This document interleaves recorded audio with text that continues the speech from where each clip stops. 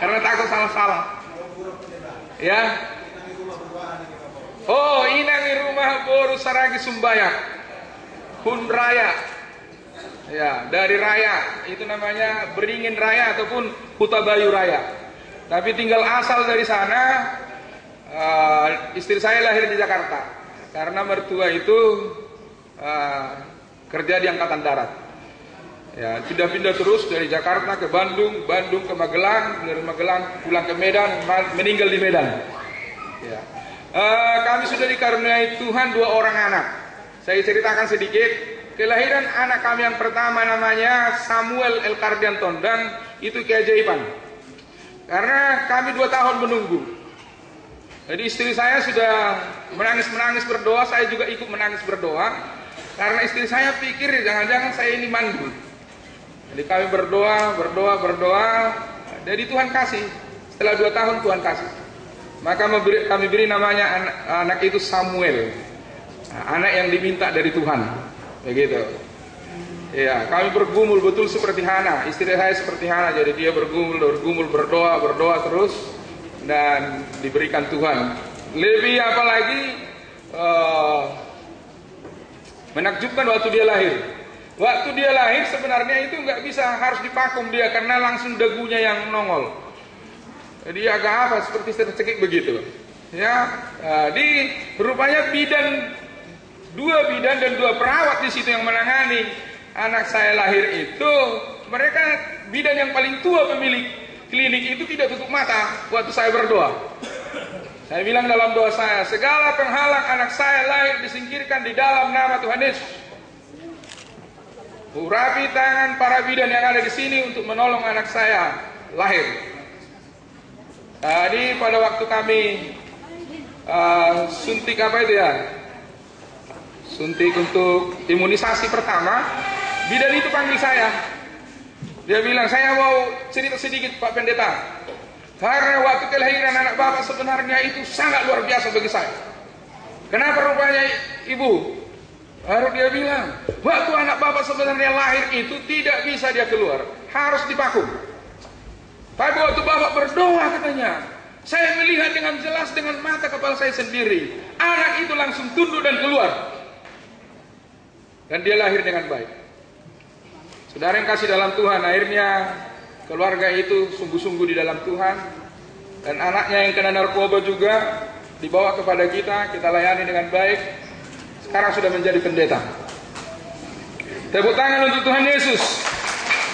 Iya. Jadi perkenalan sudah selesai. Setelah 2 tahun kemudian anak perempuan lahir namanya Priscilla Elkardia Tondang.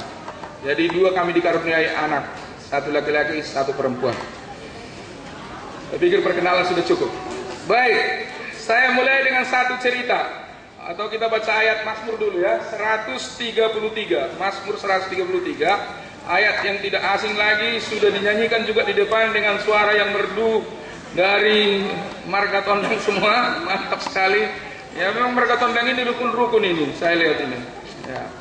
Baik, Mazmur 103 ayat 1 sampai 3. Kalau bawa Alkitab bisa dibaca. Kalau bawa, nggak bawa ya. Karena ini pesta Natal jadi nggak perlu bawa Alkitab kayaknya. Nah, ini bisa saya bodoh-bodohi Bapak Ibu karena nggak bawa Alkitab. Baik, saya bacakan. Bapak Ibu menjadi pendengar yang baik. Nyanyian Ziarah Daud. Sungguh alangkah baiknya dan indahnya apabila saudara-saudara diam bersama dengan rukun. Seperti minyak yang baik di atas kepala, meleleh ke janggut, yang meleleh ke janggut Harun dan ke leher jubahnya. Seperti embun di gunung Hermon, yang turun ke atas gunung-gunung Sion. Sebab kesanalah Tuhan memerintahkan berkat, kehidupan untuk selama-lamanya. Saya bacakan bahasa Semalungun.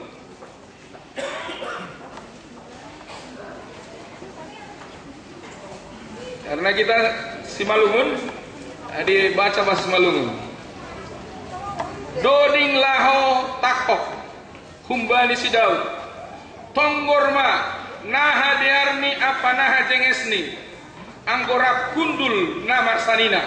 Mantap kali ya, namar sanina. Usi bani minak nama harga, nabani ulu ai, naman jalir hujambek. Oh, ini bahasanya jambek. Kumbani jambek ni si Aaron. Na mangatek-tek kurambut ni pakaian ni. Ayat 3. Usibani namur dolok Hermon. Nasogok bani dolok Sion. Ai hujaido isuru Jehovah. Pasu-pasuni haguluhan ronsi sadokani dokahni. Baik. Sudah jelas ya bacanya. Sekarang nih temanya sudah jelas di sini. Dampak besar dari diam bersama dengan rukun. Dampak besar. Ya. Ini yang menjadi kerinduan kita. Kalau tondang boru bere rukun, pasti ada dampaknya bagi kita. Dampaknya itu pasti positif, bukan negatif. Tapi kalau kita berpisah, itu dampaknya negatif. Tapi kalau kita bersatu, itu dampaknya positif. Maka istilah Indonesia mengatakan, bersatu kita teguh, bercerai kita runtuh. Saya mulai dengan satu cerita. Ini namanya khotbah diam. Seorang pendeta. Suatu hari pendeta terkejut karena satu orang jemaat yang biasa hadir setiap minggu, satu kali minggu dia nggak hadir. Akhirnya Pak Pendeta kecarian.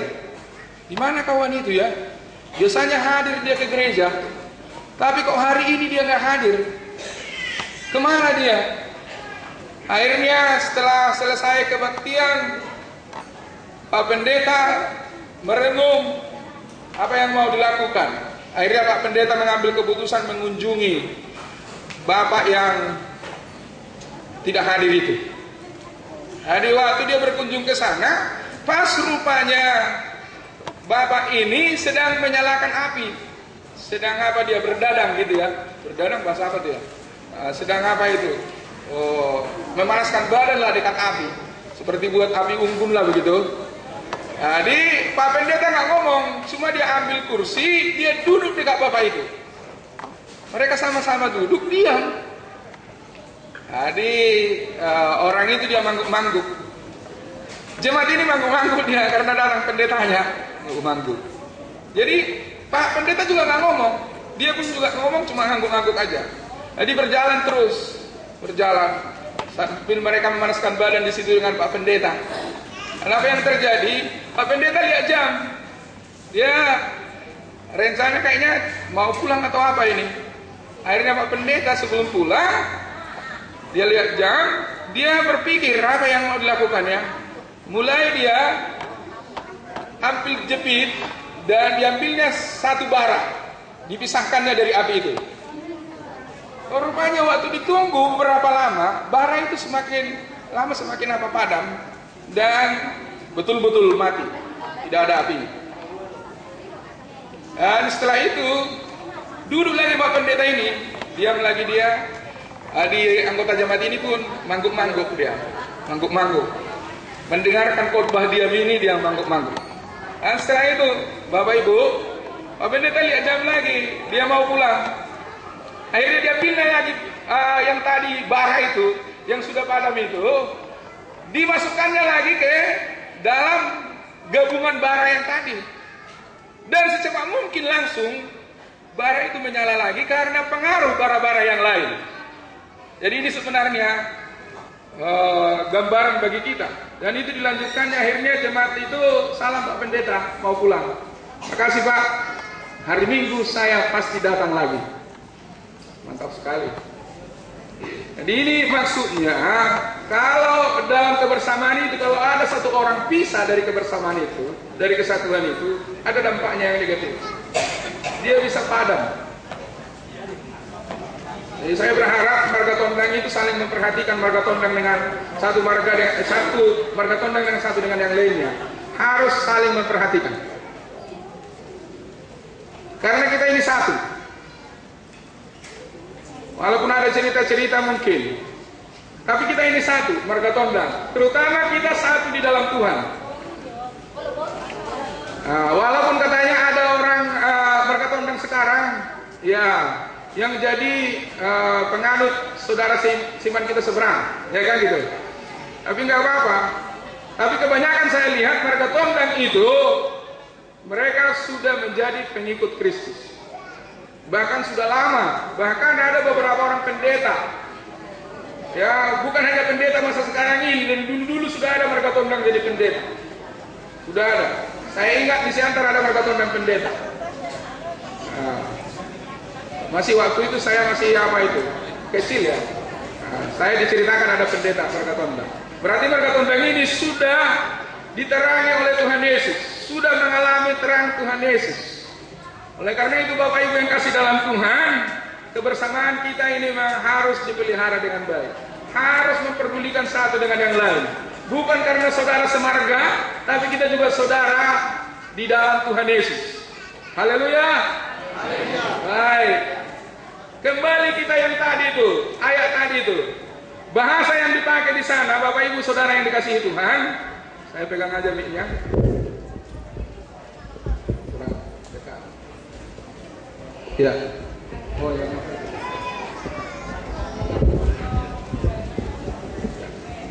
Tes, mantap, lebih mantap lagi.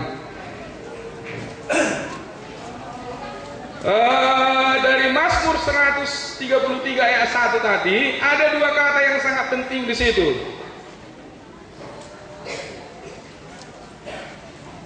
Alangkah baiknya dan indahnya. Alangkah baiknya dan indahnya. Ini kata-kata Daud.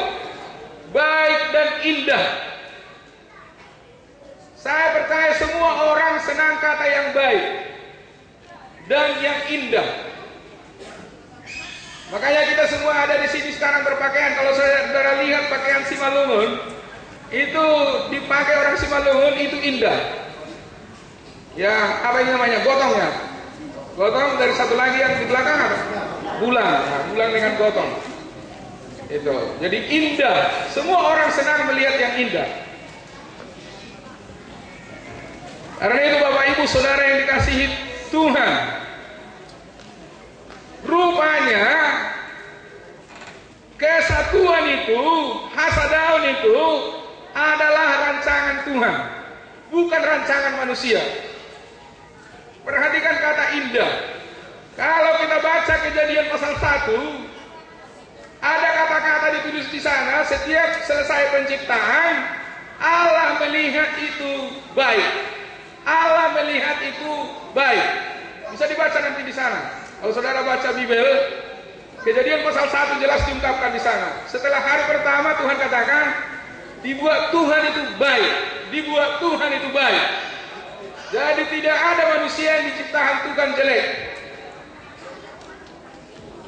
Marga tondang harus sadar itu, nggak perlu marga tondang minder. Marga tondang harus sadar bahwa dia diciptakan Tuhan baik. Bilang dulu sama-sama kepada dirimu, saya percaya Tuhan menciptakan saya baik. Wah, senang sekali. Banyak orang nggak sadar bahwa dirinya diciptakan Tuhan baik. Baik saudaraku, tapi ada dalam Kejadian pasal 2 ada kata tidak baik. Apa itu kata-katanya? Tidak baik kalau manusia itu seorang diri. Nggak baik manusia seorang diri. Maka dikatakan Tuhan akan ciptakan pendamping, penolong. Berarti mulai dari situlah sebenarnya kata itu muncul. Perlu ada hubungan suami istri. Kalau dari kata pertama tadi dikatakan bahwa tidak baik manusia itu seorang diri, itu secara umum sekarang mengatakan bahwa manusia itu makhluk sosial. Jadi nggak ada manusia di dunia ini yang tidak membutuhkan manusia lain. Nggak ada. Nggak ada. Suatu saat saudara membutuhkan saya dan suatu saat saya membutuhkan saudara. Nggak ada. Makanya Tuhan bilang tidak baik manusia itu seorang diri. Jadi saya berharap pemuda-pemuda tondang marganya jangan terlalu lama membujang, lajang, jomblo. Ya, kalau sudah waktunya ya menikahlah. Ya kan begitu. Tapi kalau sudah menikah, masih bersama dengan istrinya, jangan menikah lagi. Nah itu masalah. Itu bukan justru rukun namanya itu, amburadul. Saudara tolong marga tondang itu diperhatikan, karena saudara itu menginginkan kebaikan dan Tuhan menginginkan kebaikan. Rencana awal Tuhan untuk lembaga keluarga adalah satu dengan satu, karena tulang rusuk dari Adam tidak diambil dua, nggak ada, satu yang diambil tulang rusuknya, ya kan? Maka diciptakanlah satu wanita. Iya, diciptakan satu wanita, bukan dua wanita. Jadi sebenarnya kepercayaan Kristen sangat menentang poligami. Saya berharap juga marga tondang menentang poligami. Setuju atau tidak setuju saudara, itulah rencana Tuhan. Kalau saudara ada di dalam bidang itu, saudara bertobat cepat-cepat. Kalau tidak, saudara merusak nama marga tondang. Karena jarang marga tondang yang dua istrinya. Kalau ada bertobat cepat-cepat, ya. Kan begitu kan? Jadi kalau ada juga marga tondang sekarang sudah mulai melirik ke kiri dan ke kanan, ataupun selingkuh, cepat-cepat bertobat, karena itu merusak keluarga. Amin. Harus jelasin nih, karena Tuhan merancangkan bukan dua dengan satu, satu dengan satu kan? Nggak ada rancangan. Kalau ada rancangan yang lain, itu bukan rancangan Tuhan. Saya mau katakan yang pertama, rancangan Tuhan katakan sungguh alangkah baik dan indah. Jadi tidak baik kalau manusia seorang diri saja, harus sadar itu. Tapi yang menjadi pertanyaan sekarang, siapa yang merusak rencana Tuhan yang baik ini? Supaya kita sadar, rupanya iblislah yang merusak rencana itu. Iblis tidak ingin kesatuan. Iblis ingin perpecahan. Karena dia memang pemberontak. Dia dijatuhkan dari sorga ke bumi ini karena dia berontak melawan Tuhan. Saudara yang kasih dalam Tuhan, sehingga dia yang mempengaruhi Adam dan Hawa untuk tidak bersatu dengan Tuhan. Padahal rencana Tuhan adalah manusia perlu bersekutu dengan Tuhan. Makanya doa Tuhan Yesus itu di Yohanes pasal 17 sangat jelas. Dia rindu supaya semua umatnya menjadi satu, bahkan bersatu dengan dia, dengan Bapa di sorga termasuk. Kita menjadi satu. Saudara yang kekasih dalam Tuhan, jadi rupanya kesatuan itu adalah rancangan Tuhan, bukan rancangan manusia. Bukan keinginan manusia, tapi keinginan Tuhan. Saya berharap kita, saudaraku yang kasih dalam Tuhan, rancangan Tuhan ini sungguh-sungguh kita responi dengan baik, tanggapi dengan baik. Kembali, Bapak Ibu yang kasih dalam Tuhan, rupanya yang pertama rusak persekutuan itu yang dibuat iblis antara manusia dengan Allah. Padahal Tuhan mau bersekutu dengan manusia. Apa alasannya, Pak Pendeta? Karena manusialah yang diciptakan segambar dan serupa dengan Tuhan Allah. Nggak ada pohon dikatakan segambar serupa dengan Tuhan Allah, ataupun ikan segambar dan serupa dengan Tuhan Allah, nggak ada. Imago Dei satu-satunya adalah manusia. Jadi manusia memang diciptakan untuk bersekutu dengan Allah. Tapi iblis sudah merusaknya. Sebenarnya, saudaraku yang kasih dalam Tuhan, rancangan Tuhan untuk kesatuan ini tetap. Walaupun iblis sudah mencoba menghancurkannya, tapi Tuhan tetap punya cara untuk memulihkannya. Bagaimana caranya? Kalau saudara baca nanti Kejadian pasal 3 ayat 15 sangat jelas, bahwa ular itu akan meremukkan kepala, meremukkan tumit daripada keturunan perempuan. Keturunan perempuan itu akan meremukkan kepala ular itu. Jadi rencana persatuan kembali di dalam Tuhan antara manusia dengan Allah kembali dipulihkan melalui persekutuan dengan Tuhan Yesus, melalui pengorbanan Yesus di kayu salib. Jadi satu-satunya yang bisa memulihkan gambar saudara dengan saya yang sudah jelek itu kembali kepada gambar Allah adalah pengorbanan Kristus di kayu salib. Usaha kita tak mampu kita memulihkan itu. Makanya ada dulu di Jakarta ini orang yang coba bercerai. Dan memang sungguh-sungguh mereka bercerai. Dan susah untuk mempersatukannya. Kita layani mereka susah. Sampai meninggal pun orang tuanya mereka juga tidak bisa bersama-sama. Itu bukan marga Tondang. Marga Tondang nggak ada yang seperti itu. Marga yang lain itu.